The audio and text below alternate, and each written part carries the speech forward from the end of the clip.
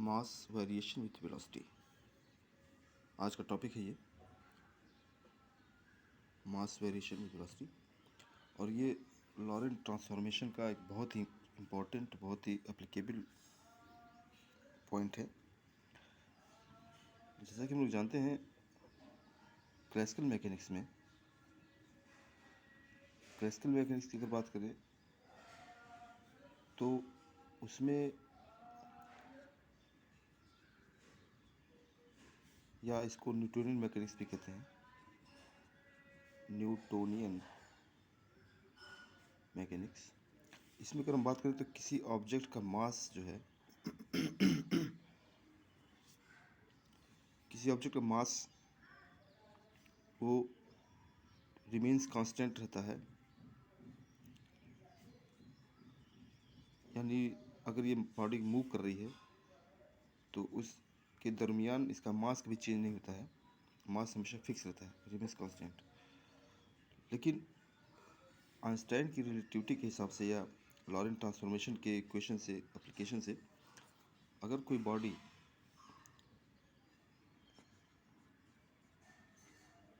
According to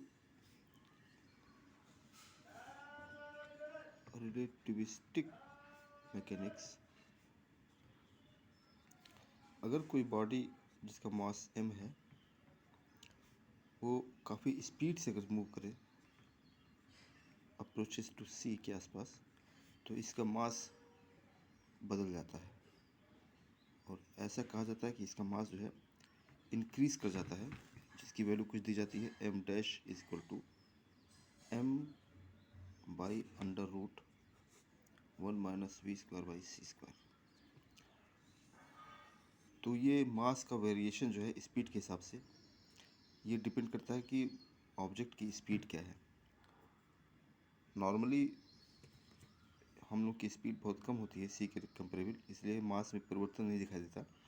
लेकिन जब हमारी स्पीड अगर बढ़ती है और सी के आसपास हम पहुंचते हैं तो मास में परिवर्तन होता है, मास इंक्रीज कर जाता है। और इस चीज़ को हम प्रूव करेंगे, इस इक्वेशन को, कि मास जो है वो स्पीड के हिसाब से कैसे बदलता है। ये एक इक्वेशन है मास वेरिएशन विद वेलोसिटी का, इसे हमें प्रूव करना है। यहाँ पर m0 है, इसे हम लोग रेस्ट मास कहते हैं।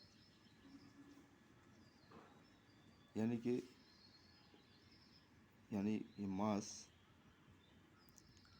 Of the body in rest frame of reference.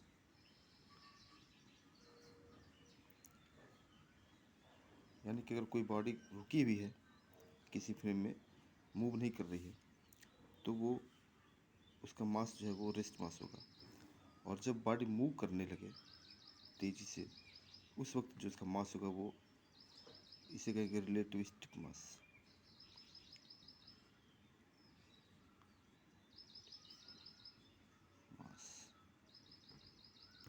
और v हमारा है इस velocity of frame.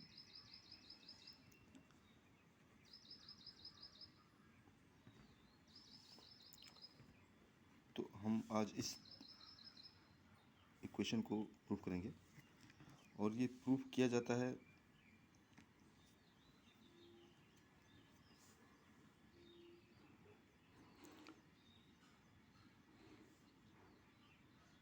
Conservation of momentum से, यानी कि सामयिक संरक्षण के सिद्धांत से इसको हम प्रूव कर सकते हैं। तो इसको शुरू करते हैं प्रूव करने के लिए। हमने मान लिया कि एक ये फ्रेम है जो रेस्ट में है, रुका हुआ है एस, और एक दूसरा फ्रेम है एस डैश जो मूव कर रहा है हाई स्पीड से।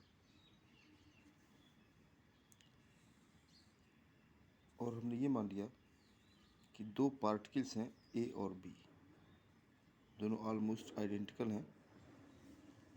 दो पार्टिकल्स हैं ए और बी जो रेस्ट फ्रेम एस डैश में हैं, और इसका नाम हमने ए दे दिया और बी दे दिया।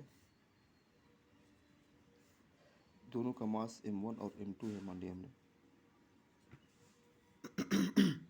और ये दोनों पार्टिकल एक दूसरे की तरफ आ रहे हैं सेम स्पीड से, डायरेक्शन सिर्फ अलग है, स्पीड दोनों की सेम है। अब चूंकि ये दोनों पार्टिकल एस डैश में हैं, तो हमने ये मान लिया कि इसकी स्पीड यू डैश हो गई और इसकी स्पीड माइनस यू डैश, क्योंकि सिर्फ डायरेक्शन फर्क है, क्वांटिटी सेम है, सेम स्पीड से आ रहे हैं दोनों एक साथ में। अब जो इस घटना को, पूरी घटना को यहाँ से देखा जा रहा है, एस से।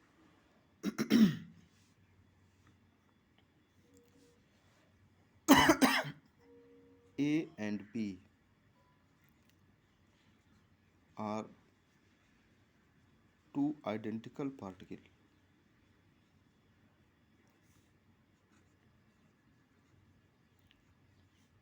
having mass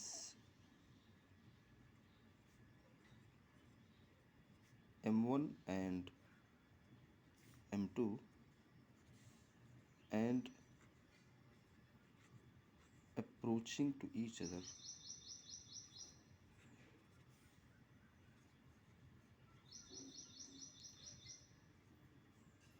with velocity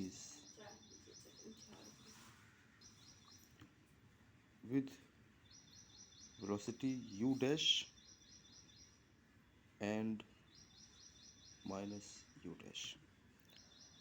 अब इस घटना को ये देख रहा है और इसी बॉल को दोनों जो पार्टिकल्स हैं उनकी वेलोसिटी यहाँ इसके हिसाब से, एस के हिसाब से कुछ और नज़र आएगी, तो इसको इस तरह लिखेंगे,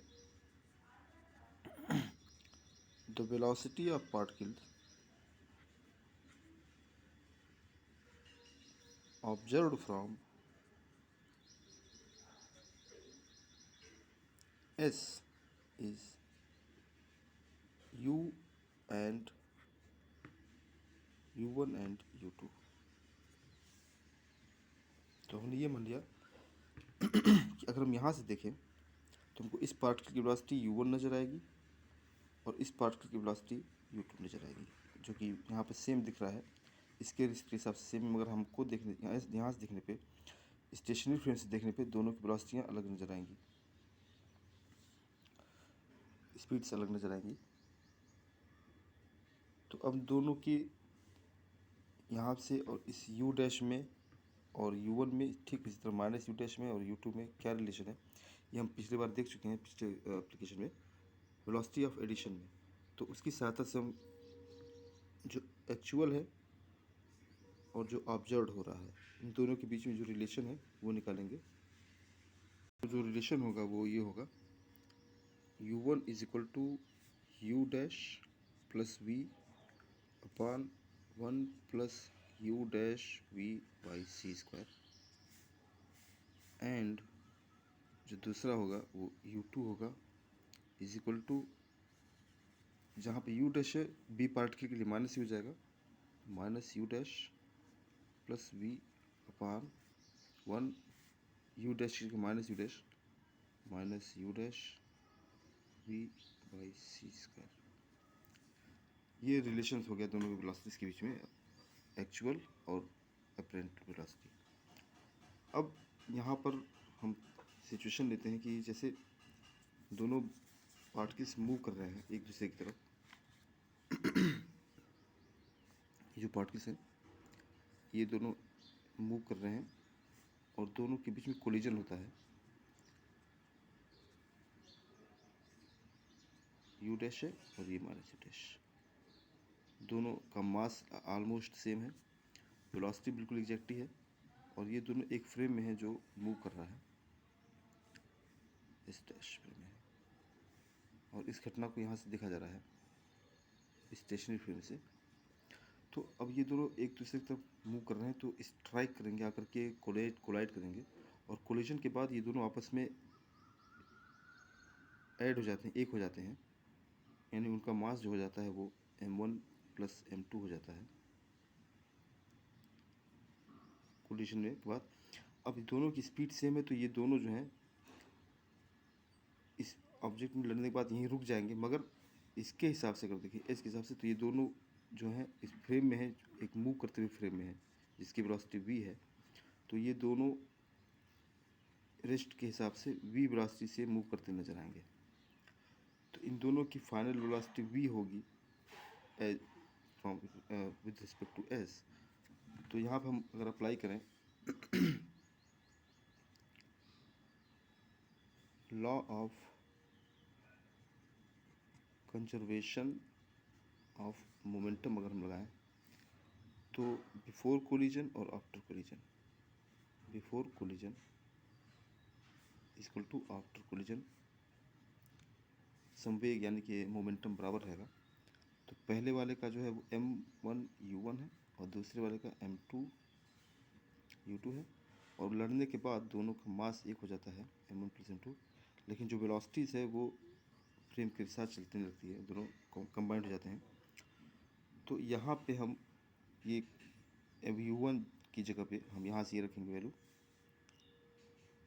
u dash plus v upon 1 plus u dash v by c square. ठीक उसी तरीके से u2 की वैल्यू रखेंगे, u2 की वैल्यू यहाँ से रखेंगे minus u dash plus v by 1 minus u dash v by c square, और यहाँ पर ऐसे उतार लेंगे m1 प्लस m2 v। अब यहाँ पर m1 दो जगह है, तो m1 को हमने एक साइड ले लिया और m2 को हम एक साइड ले लेंगे। m1 यहाँ लेंगे तो u dash plus v by 1 plus u dash v by c square, और यहाँ से m1 इस साइड में आएगा तो माइनस v हो जाएगा। ठीक उसी तरह से m2 को हम इधर ले लेंगे, तो यहाँ पे v है तो v माइनस ये टर्म पूरा राइट में जाएगा, minus u dash plus v upon 1 minus u dash v by c square.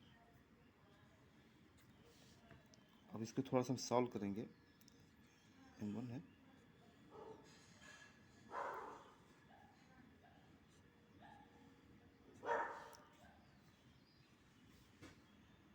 One plus u dash v by c square, और इसको सॉल्व करें हम तो ये u डैश प्लस v होगा माइनस v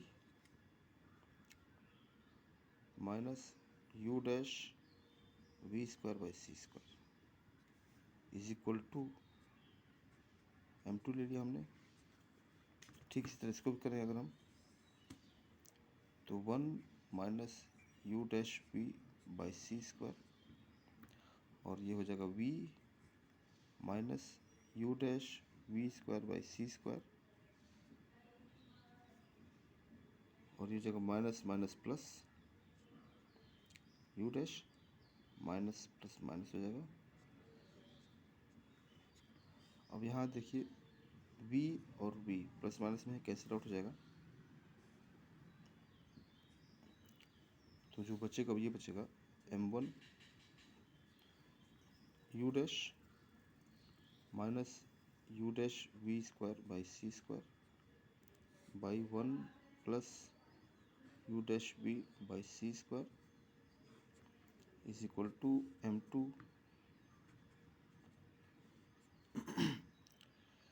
u डैश है माइनस है u dash v square by c square upon 1 plus u dash v by c square. Nominator दोनों इक्वल हैं, बिल्कुल सेम है, तो ये पूरे कैंसिल आउट हो जाएंगे। जो बचेगा